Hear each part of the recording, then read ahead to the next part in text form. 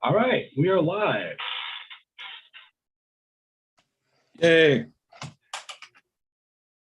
I am here with Steve Babb of Glass Hammer, and they have a new album out called Arise. Little, You do. I like that you got that spaceman kind of. I think that's that's so cool, that spaceman. Thank you. He has no gloves on. I've had some people ask me about that. It could be in the future where he doesn't need gloves. But he's not human. He's an android, which it begs the question, why does he even need the helmet? But, it's a little mystery. I think it looks cool. I do too. I thought it looked cool. I put that cover out kind of as a tease. That was just sort of a prototype, and just kind of early teasing the possibility of a space rock album. And our fans, at least it was on Facebook, people were like, "Oh man, that looks great. That's a cool album cover." And then I think 2 or 3 said, "I want that T-shirt." And the businessman in me was like, "Okay, that's my cover," because we sold out of T-shirts. Oh, that's great. Yeah.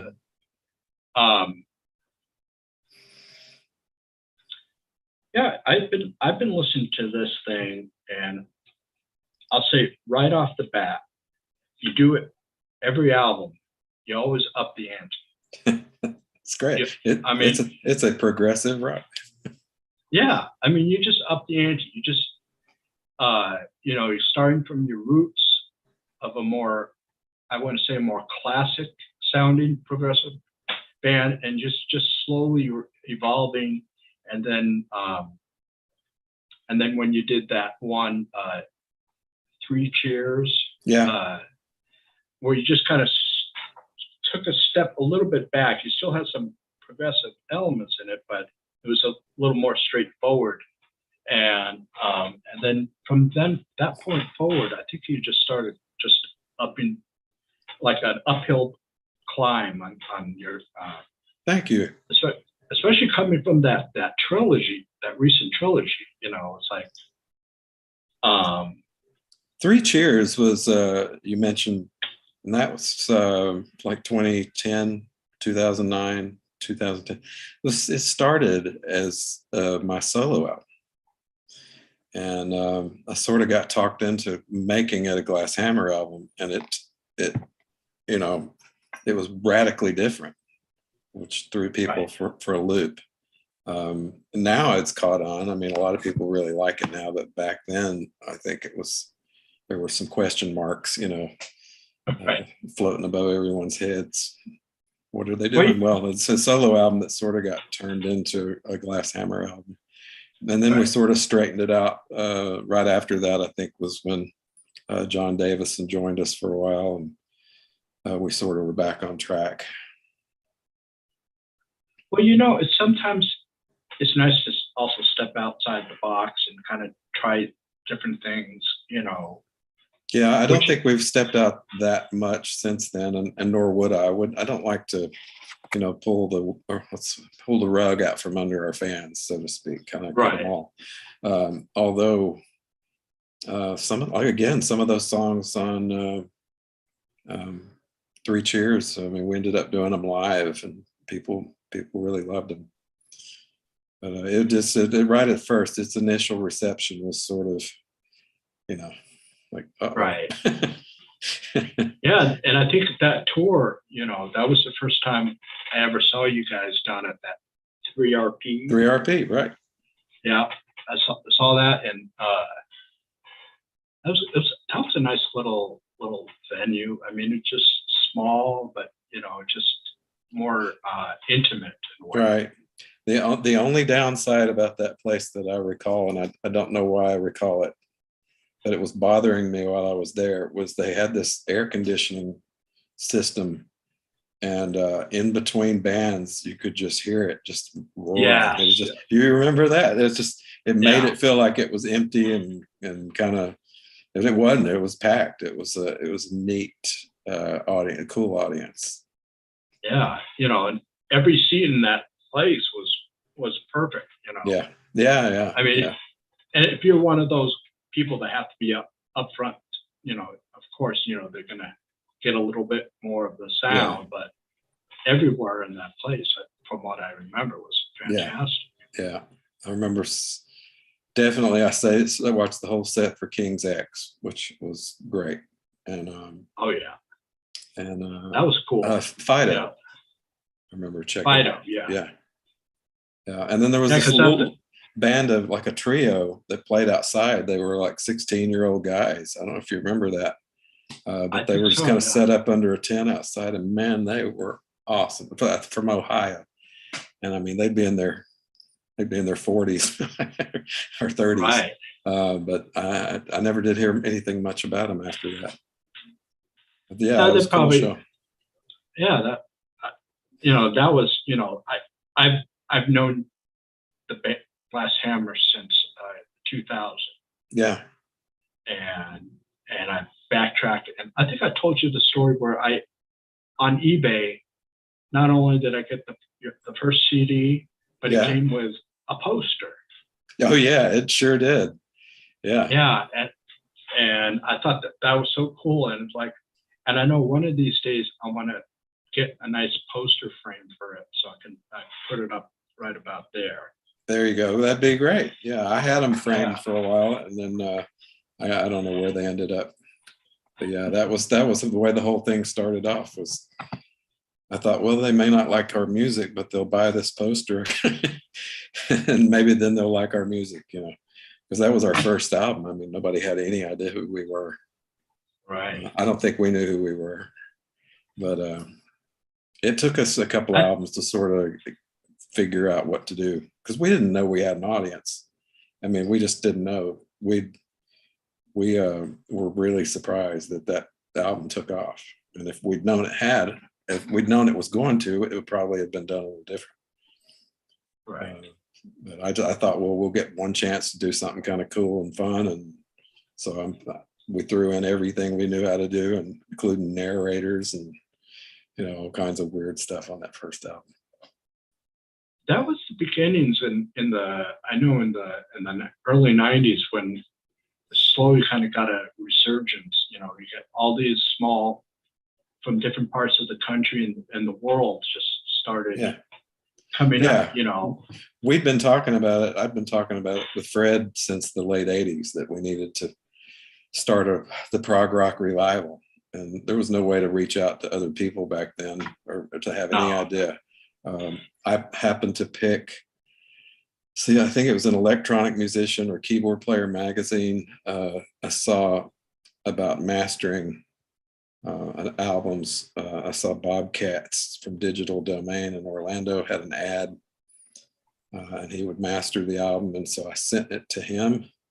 It was the first album I'd done, and he sent it to Ken Golan from Laser's Edge and said, man, you need to check these guys out. Ken calls me and ordered buku albums, and we're like, oh my gosh. And that was on top of the QVC people called us and wanted us, to make the whole package, and they put it on TV for 15 minutes in front of millions of people.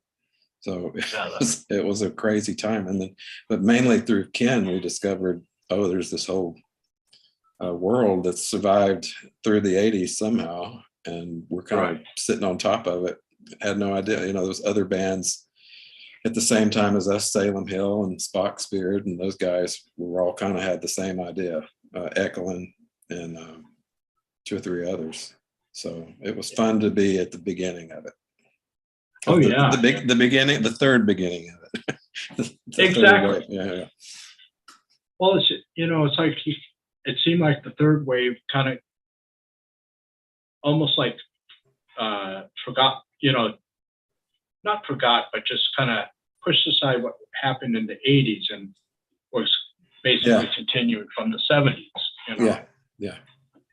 And there's a lot of great bands that came out, prog bands that came out in the early 80s. It's just they would by the late 80s, most of them went either bust or you know, it just went pop. Right. Yeah. But yeah, we wanted to. yeah. We wanted to be old school, you know. So we love the old stuff. Still do.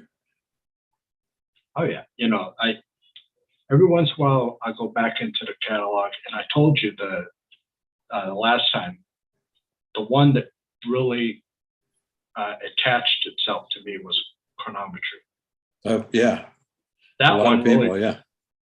That one attached. When I first saw that, I was like going, Glass Hammer. That sounds kind of cool. That's a cool name, you know.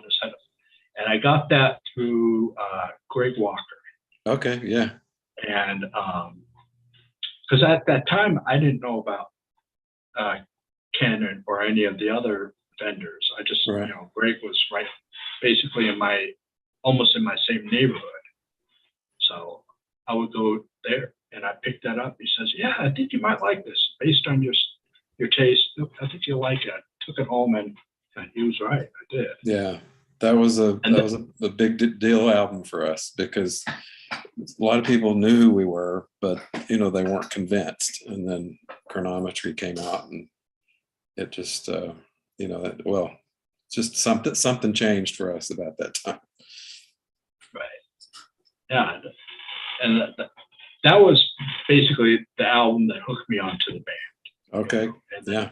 And then, you know, I had to find the stuff that came out before it. And then since then, basically each album, whenever it came out, you know, if I didn't know, I didn't get on your mailing list till a little bit later on. Yeah.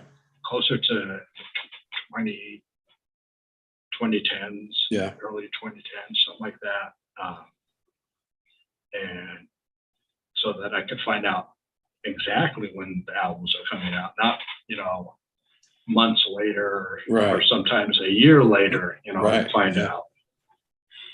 But, you know, with the power of the internet, if you don't know that an album's coming out, then you're probably not paying attention. You know?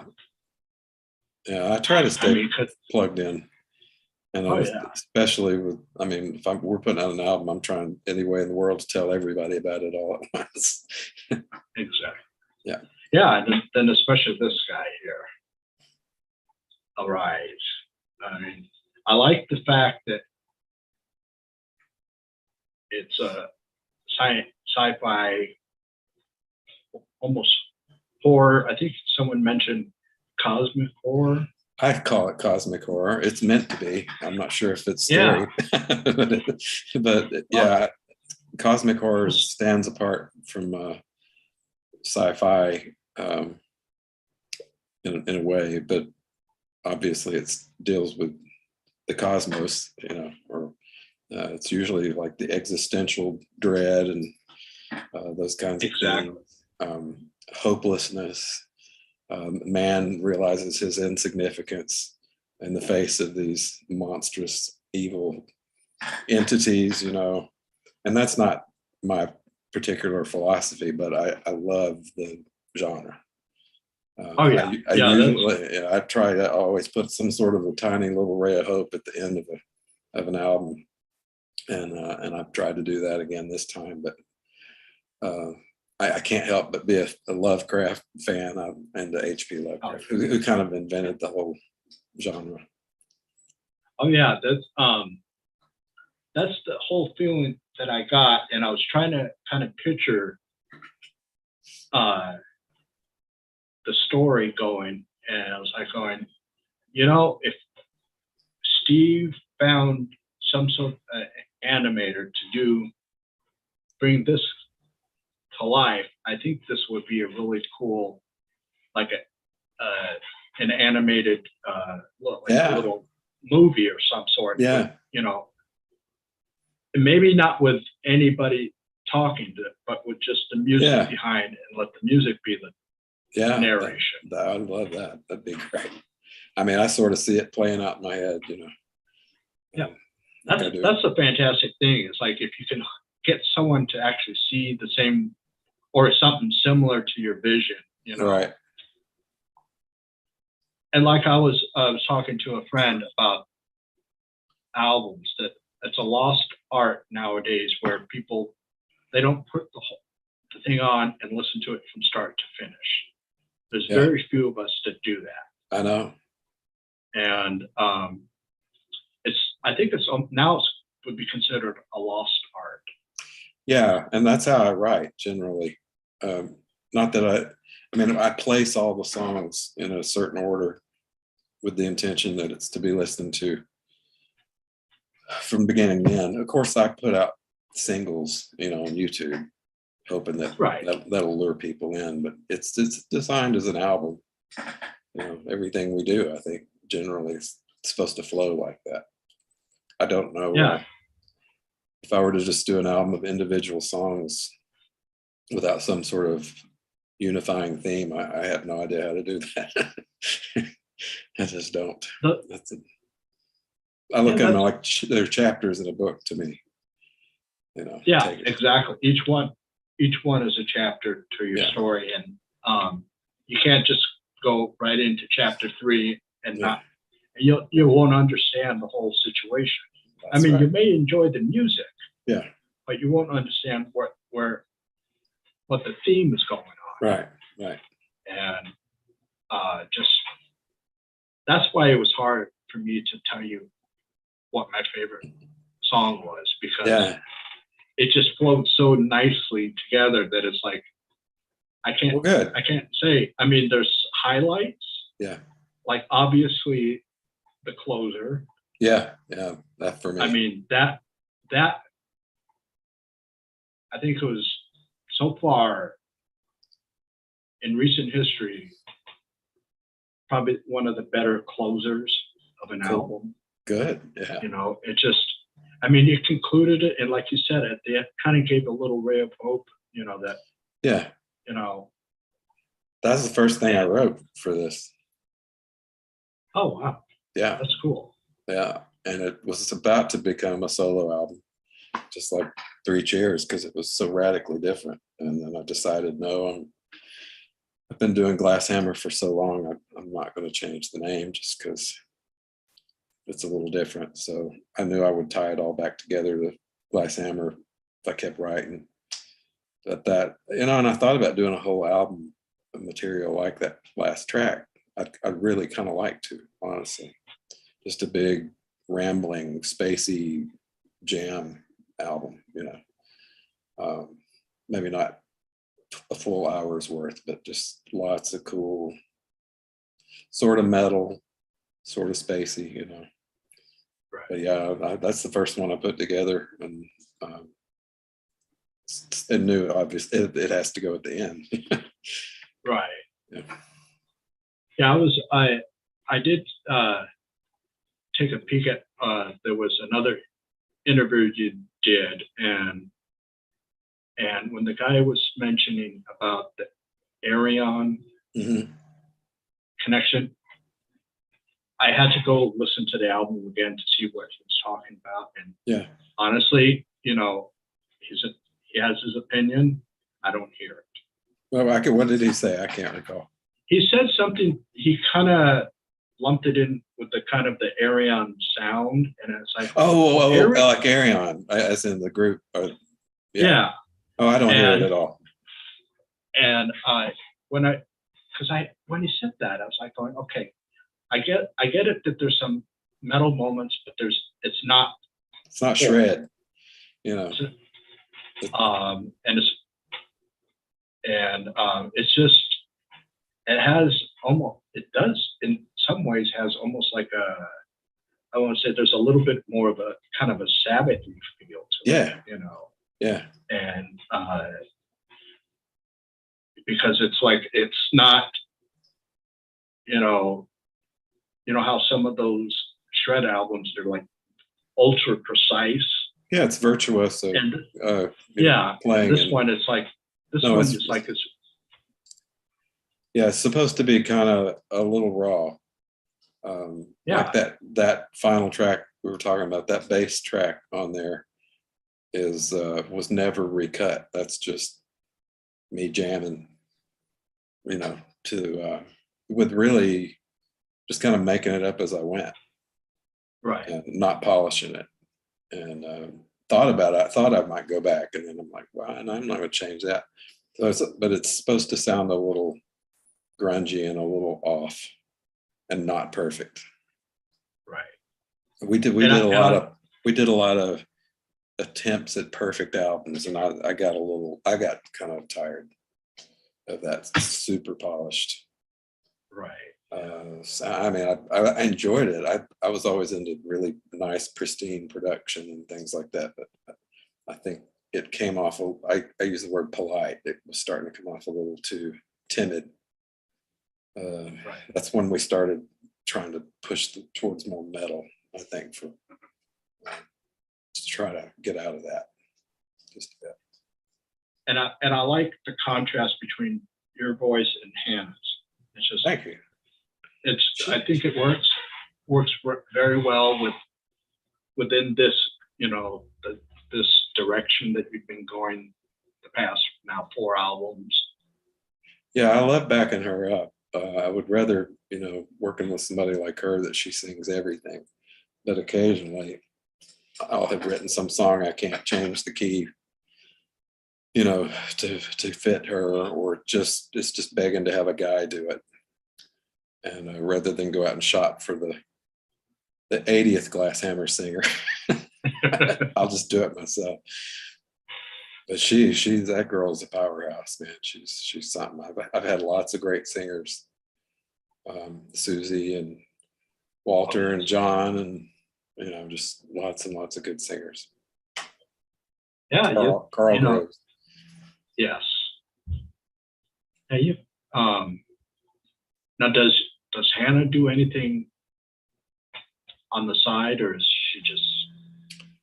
Hannah's well, I found Hannah, like most of our singers, or a lot of them that came to our studio, and she was working on I guess a praise and worship album for her church, and I was co-producing that with Fred and another guy, and he had told me, "Oh, we're going to bring this girl in. You're going to flip out when you hear her." Yeah, they had 2 really powerful female vocalists, but he kind of pushed me on towards Hannah, and I'm like, "You think she'd want to do some studio work?" And probably.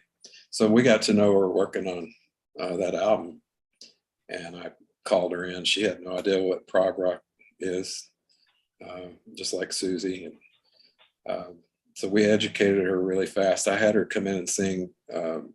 Can't remember the name of the group. It was kind of a modern metal band, and she just brought a track. And we're like, "Let's see how you do." And she just blew us away. So we had her sing a little bit on A Matter of Time, which is like one song where she does some backups on, just to kind of float her out there as a possible new singer. And then we put her to work on Scalagrim Into the Breach. And it's really, really good. So anyway, that was a long answer. she sings at church. That's what she does. And That's cool. she's a new mom. So she's got her hands full. But not in any bands. Nope. Yeah, because like you said, she's got a great voice, and it's like it almost has like a not so much prog, but more the 70s rock. Yeah. So her limited exposure really to any rock, I think, is possibly through her. I think it was her dad that turned her on to Heart and some of those bands. So that kind of makes sense. Yeah, that's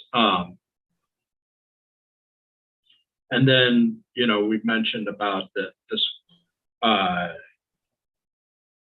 that Fred's on only 2 tracks this time. Just one, yeah. Oh, just one. Okay. Yeah.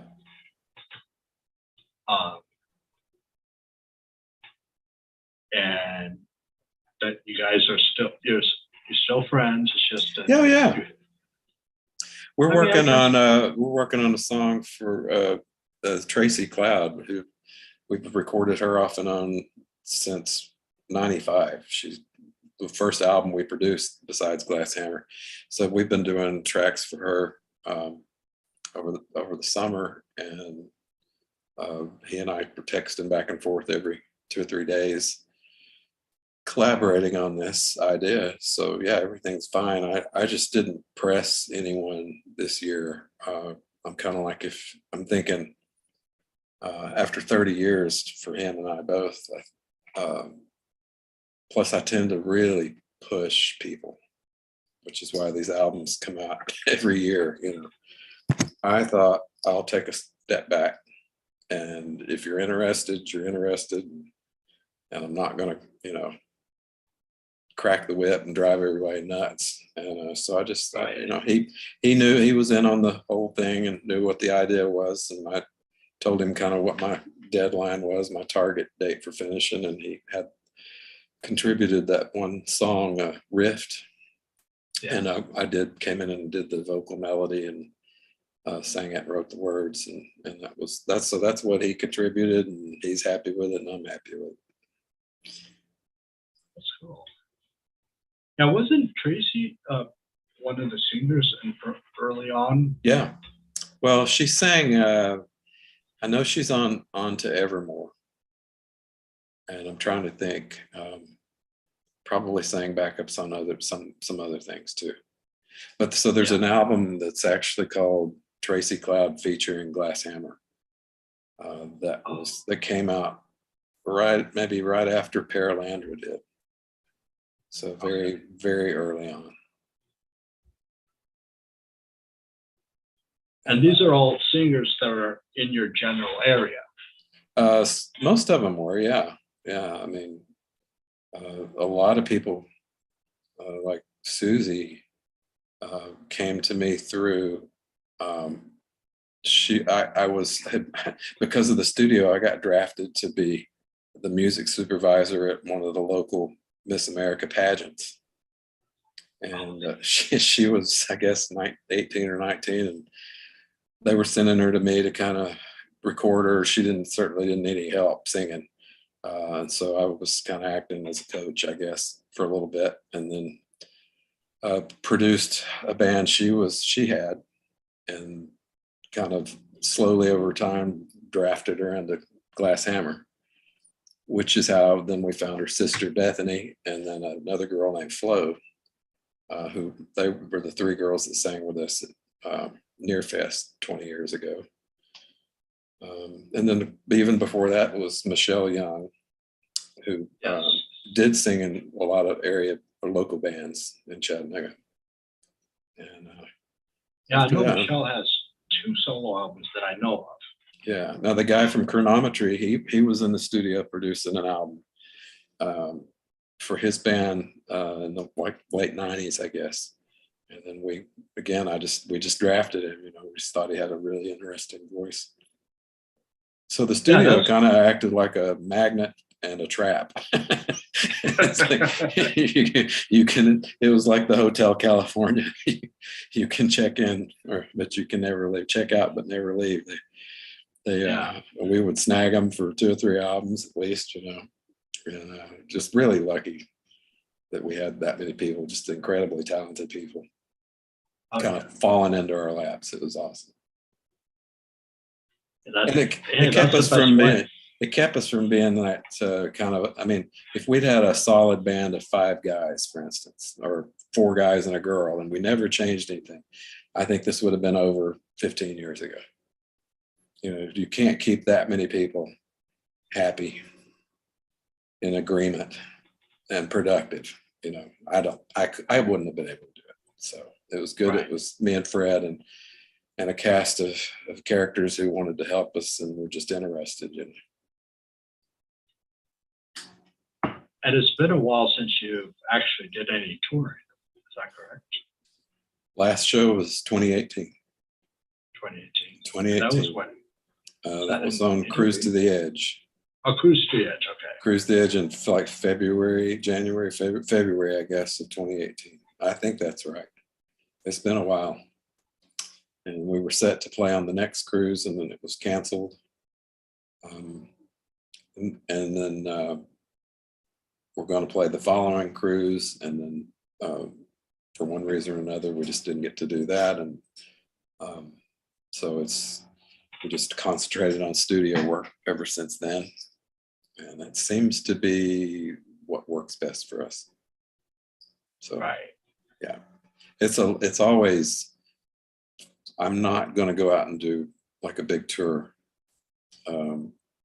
It doesn't make sense to me. A lot of these bands that do, they just lose money, and it's like then you're just, it's kind of an ego thing. It's just a vanity thing.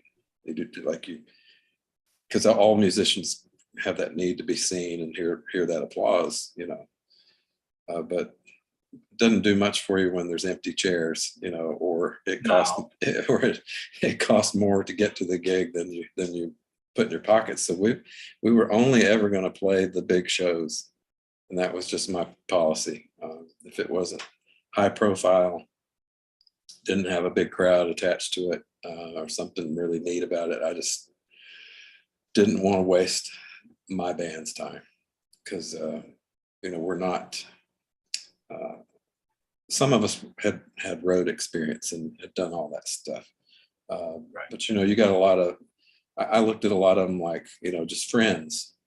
You know, they're kind of volunteering their time, and I don't want to drag them all over the place away from their families to go play some nightclubs, and you know, and it's not something I wanted to do. So studio work became the thing, you know. Oh yeah, you know, I've noticed that, you know, now in the United States, I think the big draw is Cruise to the Edge and Rossfest, and then that Prague Stock. That seems to be the only ones, and they're all on the East Coast. Yeah, there's nothing out west anymore. And once you've played those, you know, and we've been invited back to some of these, but you know, like the last time we got prepared right before the lockdown. I mean, we had a super tight band with a killer set. We were going to do big classic Glass Hammer songs, and I don't know that the band had ever sounded any better. We had a good guitar player from Chattanooga that has done session work with us. He was going to be our live guy, just a solid guy, you know, could count on. Susie was ready to go, and then the guy called off, and it's like, there, I've done it again. You know, we'd had about 5 weeks of rehearsals and people putting time into their sound and their gear and learning those songs. You don't do that in a minute, you know. Right. Even if I've played them before, it's like starting over to do a big classic Glass Hammer song. It's a lot of work. So weeks went into that, and then nothing happened except that we couldn't go, and nobody could go, and a lot of bands just fell apart right about then, understandably. Yeah, I've noticed that there was, for musicians, I mean, there was two camps. There was one where they just stepped back and was waiting for it to, you know, because they told us it was going to only be a couple weeks. Yeah. Oh, right. Yeah.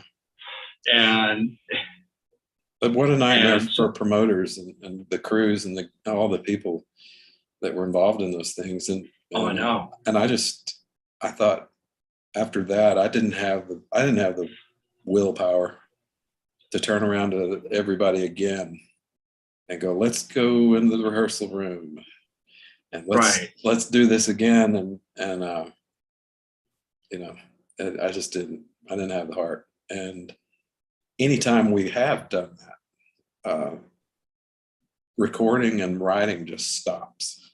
I mean, that just, right. So you go out and you get real popular and people are seeing you, but you don't have the time or the energy to actually follow it up with anything. So, I mean, there's videos of us live. I wish we could go out and play live again, but people can see what it was all about, at least on YouTube. Right. But I think we do our fans a better service by just writing music, putting out albums. Yeah, one of the other things that because of lockdown, there it hasn't been a lot of bands doing it, but they've done live streaming their shows too. So yeah, if they only had, you know, a small audience in front of them, but then they're live streaming it to people that either can't afford to be there right. for whatever reason, or, you know, because, you know, it costs money to travel, and you know that. Oh, good gosh, yeah. And it's hard on you. But, you know, it's like now, if more bands would kind of utilize that as a way of getting their fans from further out, yeah, you know, involved, you know, you're not going to be able to see, you aren't going to be able to see them. They see you, but not the other way around. Well, right. But at least if you had a core audience, you know, I think it's a great idea. If I was a younger guy, you know, I'd probably tackle something like that. But I think at this point, I only have so much bandwidth, you know, no bandwidth, no pun intended. But and it's either I can focus on making these albums, which is the easier thing for me, I guess, and seems to make more sense. Or I can go try to tackle some new technology and all the problems that come with that. And I'd still be dragging people into my dream and my show. And a lot of them, you know, a lot of our band members, they're like, were troopers for me, you know, and went all over the place because I asked them to. I'm ready to let everybody kind of just relax. I didn't want to get to the point where they dreaded hearing from me, you know. Right. He's going to ask me to go somewhere. No, it's Steve. It's Steve. I'm not here. Right. I don't know that anybody, I hope nobody felt that way, but yeah, I did drag him. It is tough if the band, if that's not their sole income. If just doing the band is their sole income, you know, I mean, you do get people. I mean, there's this other band from New York that they're actually going to do in their studio a virtual tour. Yeah. You know, which is that. I mean, that's kind of cool. At least it's that's cool. Letting the fans know, you know, we're active. We're not just someone that's just putting out. I wanted to do there was a cool Radiohead concert that was, I can't remember if it's called In the Basement or what it was called, but they're obviously in this big sound stage kind of recording studio environment, and had lots of GoPro cameras hooked up, and it's just a super neat show. And I tried to come up with a way for us to do that years ago. And I can't remember. I think that the issue, at least in Chattanooga, was there's just nowhere to pull it off. Now there is a guy, but he's north of you in the Chicago area, that he does. He has a basement that is big enough for, I don't know how many people, maybe 100 or so people. Yeah. He does the home concerts. That's great.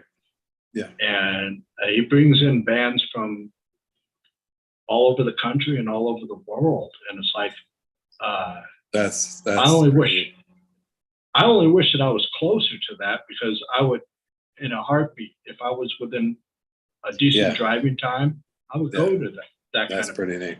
Yeah. Because, you know, it's a small venue, so it's not like you're fighting a crowd to get in. And, you know, you're basically one-on-one with the band. I mean, you can see everybody in the audience, not like just a sea of heads, you know, making noise at you. You know, it's like, I mean, I wish there was more people that could be able to do that. You know, that would be so cool. Yeah, that'd be neat. You know, just home concerts. You know, find someone that has a decent home. Maybe if in a won't mind the noise. Yeah.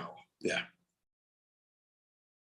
But yeah, that so many possibilities of stuff happening now. Just I don't think it's really that organized.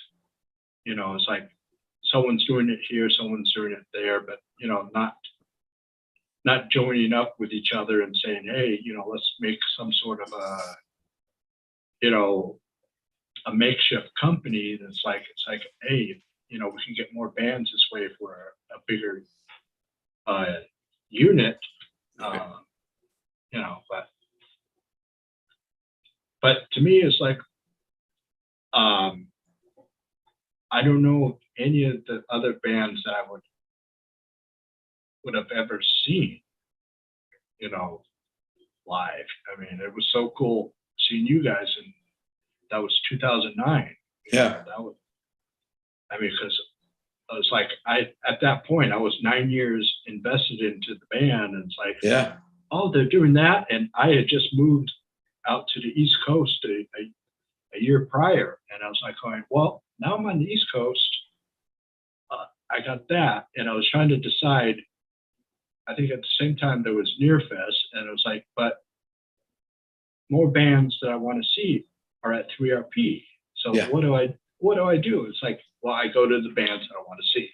Yeah, right. Of course you do. And, well, I'm glad you did. Yeah, it was a great time. You know, I enjoyed it. You know, I think that's where we first met face to face. Yeah. And but going back to this one, yes, if people have not purchased this one yet, and you like Class Hammond, I mean, you're gonna get blown away by this. I mean, it's just, I like I said, I hear it on either I've listened to it in my car, on my computer. I put it on one of these little things and to plug it into my tablet, you know, just so anywhere that I'm able to listen to it, you know, I listen to it, but primarily it's when I listen to it on my computer, and you know, I just sit back and close my eyes and just let my imagination, hopefully it matched up with your vision, you know. And I love sci-fi, so, you know, there was a check right there, you know, horror and cosmic horror, you know, another check marks, you know, yeah. And Prague right there. It's like, it was like right across the board. It was like the 3 important check marks that, you know, that I go to whether it's music or movies. Right. You know. Good. Yeah. So. Well, I try to write things that I think I know who our audience is, you know, generally speaking. So I have some harebrained ideas every now and then that I don't pursue, but I try to write things I think you guys will enjoy, because it's generally what I would enjoy. So, right. Well, you know, someone was saying this, for a musician should make something that they enjoy first. And then they think of the fans, because if they only think of the fans, you're going to get burned out as a musician. Yeah. You know, Yeah. you're not fulfilling your vision. You know, you're only catering to them. And while that's important, you as a musician have to be happy with what you're making. Right. Yeah. And it's no longer fun when it's not happy, when you're not happy. No. Yeah, I mean, I think we had, like I said, there's been some ideas that, you know, like, well, you liked Chronometry. I mean, it was about this, you know, bonehead bong smoker from, you know, way back that thought he heard voices in the music. And I mean, we knew people like that. So I assume everybody knew that was into prog rock, knew people that were taking it too seriously, or especially when we were younger. I mean, I used to take the Roger Dean album covers and just stare at them, just be immersed in just the art from an album. Right. And so I mean, that whole album was basically about a progressive rock nutcase, which we all are. I mean, who's crazier, that guy or somebody like me that devoted their entire life to doing this stuff? Right. It's pretty crazy. So, if you're kind of doing things people can relate to in a way, then Yeah.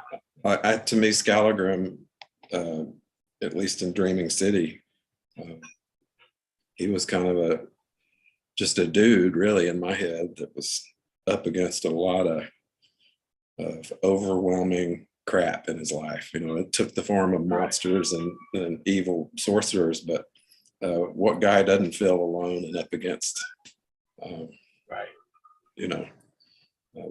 Lots of stuff, overwhelming, heavy, stressful stuff. So I thought, well, they'll relate to that, and they did really well. So I don't know if they relate to my Android, but I do think a lot of people like the music. So I think it's working out. He's kind of on a quest for God. It's a little all over the place there, because it's not like he's some kind of just robot brain that's comes up against the idea of God. He's kind of on a search for it. Like Data in Star Trek was on a quest to be more human, and there was all this spiritual stuff kind of going on with him. So he's a little bit of a take on Data, I think. But yeah, most of all of us like sci-fi and fantasy and stuff like that. So I figure if I keep to those themes with kind of male figures as the protagonist, male-esque in this case, people are going to enjoy it. Prog rock is a guy's thing, pretty much. Right. They might get me in trouble with like 3 women, my wife included. It's mostly guys. It really is. I remember someone was saying, it's a guy's sport. Yeah, I mean, it is. And it's like, my girlfriend's not into it. I mean, she went with me to that 3RP, and she liked a lot of what she heard. Yeah. But for the most part, the longer the song is, the more disinterested she is in it. But I do think that people out there want to hear something a little bit more than just a 3 or 4 minute pop song. Right. Because that kind of gets old after a while, because they're recycling the same thing, maybe changing rhythms and slightly, just to kind of they think that they are dazzling us. Oh, it's a different rhythm, it's a different kind of song. No, it's the same thing, just maybe in different key or something like that. There's a lot of intelligently done pop. Oh yeah. That's not mainstream. And I listen to a lot of that stuff if it's really intelligently done or super produced. It's fun to hear that kind of thing. I listen to a lot of different kind of groups, but then there's the stuff that's kind of geared for the 20-year-old, 18-year-old girls and younger, Taylor Swift and things like that. That's not going to connect with people like us. Other than I can appreciate what they're doing.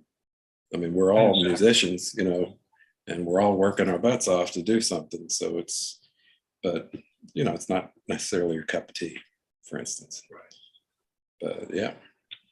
So I guess the question is, where are you going from here? Oh Lord. Well, I told my wife just this morning, because she's like, "Are you going to work on some music today?" And I'm like, "No." I'm working on book 2 of my Scalagram books. I took several months off from that, and I'm about 3/4 done with it. So I'm gonna plug or keep going at that till it's finished. I hope in about a month I'll have it ready for an editor, or maybe a few weeks, and then I'm going to start writing some new stuff. And then we'll just have to see. I don't have a plan, except that I don't plan to stop, if that makes any sense. Well, yeah, and it'll probably be another concept, because like I said, I would be kind of horrified if it wasn't. I don't know that I'd know how to do something different. So I'm shopping around for ideas in my head. Usually if I wait like right after an album comes out, and if I give myself 2 or 3 months to start thinking, then these new inspirations will show up, and then I'll start writing. Oh yeah, there's so much out there, literature, movies. Yeah. My big one is Napoleon. I'm anxious to see Napoleon, the new Ridley Scott film. Yeah. Comes out next week. And I did a little Napoleonic song years ago called Run Lisette, which is from Shadowlands. It was based on some old war stories, So that may be the thing with me. I might do some big War and Peace kind of. Ooh, there's about it. There it was, man. There it was. Talk about a sprawling epic. Right. I mean, that probably be possibly a 2-album thing. At least 2 albums. Yeah. So. Well, you could like dedicate one album to war and then the other to peace. There, yeah.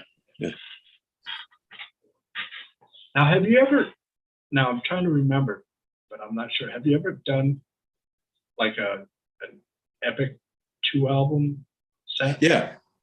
The Inconsolable Secret. Okay. 2005. Yeah, I remember that because one side had somewhat shorter songs, and the other one had. The one had the 2 big epics, a little rougher production on those intentionally, or that was what we set out to do. And then the other side was more polished and symphonic, and actually had big classical or orchestral pieces. But it was all one story. That album led to me writing The Lay of Lyrazel, the big poem book, which, believe it or not, then led me back to the Scalagrim stuff years later. It's all part of the same story. So, yeah, it's kind of neat. I've got a mythos, for the 5 people out there that ever noticed it. It's kind of a Glasshammer world of characters and related stories going on. It's kind of I like that idea where even if it's not so apparent that there's elements from in different albums that have like leading back to a source. There's like where some bands tend to be too blatant, like right up in your face as to, right. Yes, this is I'll just say this is Johnny again. It's like, okay, what is he doing now? Here, but when it's put in the background, it kind of gives the listener, okay, you got to listen to this several times to really get what's going on. Because I think if you listen to it once and then form your opinion, I don't think you're going to get a good opinion. Well, I've heard that about a lot of Glasshammer albums, and I've heard that recently about Arise. I think people, you'd have to have the patience. I always hope somebody will put it on and they lock into it immediately, but a lot of our fans, or especially a lot of prog rockers, they've got the patience to put it on again and again and again until it sort of starts to make sense to them. So I'm glad y'all do that, because I put a lot of work into this. Oh yeah, and I never know what's going to happen, what people are going to say. Well, a lot of times for me personally, if I listen to an album and I immediately put it on my shelf, I'm probably not going to listen to it for a very long time. Yeah. But then I'll have something that is just every time I have to be in a place where there's some music going, earphones especially. It's like I go, okay, I got to listen to that album again. I got to hear it from start to finish, you know, because I know I'm missing something. And sometimes you have those little hidden, not like backward masking messages, but there's hidden things that if you pay a little more close attention to it. You're right. Because, you know, and the concept that you have here, I mean, you can go back and listen to it, you'll hear new things. Good. You know, good. At least that's for me. I hear new, and that's what to me makes a great album, is where I can hear something new each time I listen to it. Good. It's not one dimensional. Good. I'm glad to hear it. So, you know, that's what I love about it. You know, great album. And like I said earlier on, you know, you're outdoing yourself each time you're putting out these albums. So it's like, you know, I can only imagine what the next one is gonna, you know, this one, the last few of them have just completely like blown me away. Like you know, Dreaming City, you know, the beginning sequence, it's like all of a sudden I'm used to Glass Hammer being more, you know, symphonic, and all of a sudden here it's like, you know, it's like you know, hitting you like a ton of bricks. And I'm like, wow. People were surprised we had that in us, but we did have that in us. Yeah, and it was great. And so it's like each one just seems to get better and better. You know, we didn't, you know, we weren't Fred or I, either one, and most of the people that played with us, we weren't people that late in life were like musicians and they're like, hey, let's start a prog band. We had already had tons of studio experience and live experience long before Glass Hammer started. And we would be in bands that we would play, you know, 40 songs a night, or 4 and 5 shows a night, a day. And for weeks and weeks and months at a time. And you just sort of learn how to do all these different things. I played in metal bands. I played in top 40 pop bands that played, you know, stuff I wouldn't listen to, and glam metal bands and country bands and all kinds of stuff. And you meet musicians over the years and you develop all these interests in all these different kinds of music. But at the core of it all, you're still kind of a prog rock fan. And that's kind of what Glass Hammer was a band that had a million influences. You know, we got pigeonholed as kind of a Yes clone band. You know, a couple of songs on purpose. And then sometimes I'm like, where are they hearing that? You know, I do hear these. I love the reviews, by the way, where they'll go off and say, oh, they obviously are channeling this band or that band. You know, like, well, that might be true if I'd ever heard those bands. Right. I'm like, wow. But all that to say, there's a lot going on in Glass Hammer music, and there's a lot of influences, and I'm not going to hide any of them. I hear these little reggae songs every now and then. I heard one the other day. I'm like trying to figure out how can I incorporate something like that, not into an album, you know, but into a song somewhere. Just, you know, to me that is progressive. Is coming up with lots of different things and kind of making it all work together. I don't know. Exactly. That's honestly, it's the truth. You know, it's like, I think what it is the modern prog fan thinks that progressive is only what happened in the 70s. Yeah. And you're supposed to always sound like these bands, whether it's the music or vocally, you're supposed to sound like those bands. And it's like, no, you got to go take it to the next level, you know? Yeah.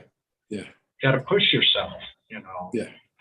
Well, that's another good thing about being a smaller operation too, is, you know, I'm not having to ask 4 other people or 5 other people to, get on board with the same, you know what I'm talking about. There's band, when you have a band, every song's kind of got that same feel. Right. They're all not sure how to enunciate all this, but it's if I want to put a Sabbathy sounding song in the middle of another track that's kind of psychedelic, well, I can do that. If I was working within a band, I probably couldn't. Does that make sense? So that's, to me, that's what's made it possible for us to do all these different sounding albums and keep going for years and years and years. At least that's how it worked for us. Yeah. And, I love it. It's like, thank you. I always look forward whenever, when you teased that album cover, I was like, oh, cool. I can't wait to hear what that's going to be about. Once everybody was saying that, like you said, wanted it as a T-shirt, and I was okay. And as that is a cool design, it. I always kind of thought that in Prague, you'd have to be, an astronaut in a way, because you want to go exploring things. Yeah. Go to different, which is kind of basically what my name Prognaut is. It's a progressive. That's right. That's right. Yeah. I mean, to me, they're always journeys. I want people to feel like it starts at point A and ends at Z or somewhere down the road, but you feel like you've been somewhere. Exactly. Whether you know where you went or not, it's beside the point. Yeah, right. At least you feel like, well, he was, he's trying to get some idea across, and I feel like I've been somewhere. So, exactly. And it becomes a little more than just music. It's an experience. Exactly. That's what this is an experience.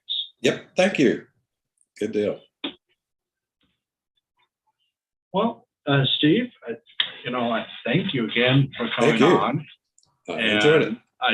I do look forward to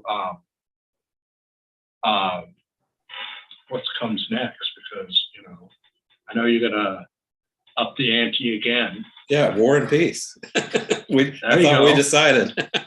Yeah, I mean, I don't know. We'll see. I think that might be several years in the making. Talk about pretentious. I mean, that would be the thing. I don't think that would, Yeah, it's pretentious, but I mean, that's what a prog band should do. To me, if you're not pretentious, you should be doing some other kind of music. Yeah. But I enjoyed it, man, and thank you for having me. All right, thank you. I appreciate you taking the time out of your day to talk with me. Absolutely. And I'll keep in touch with you, and look forward to the next chapter of Good deal. Glasshammer. Glasshammer.com. Yes. I'll put that all down there. Good deal. To go find it. All right. Thanks. All right. Thanks again.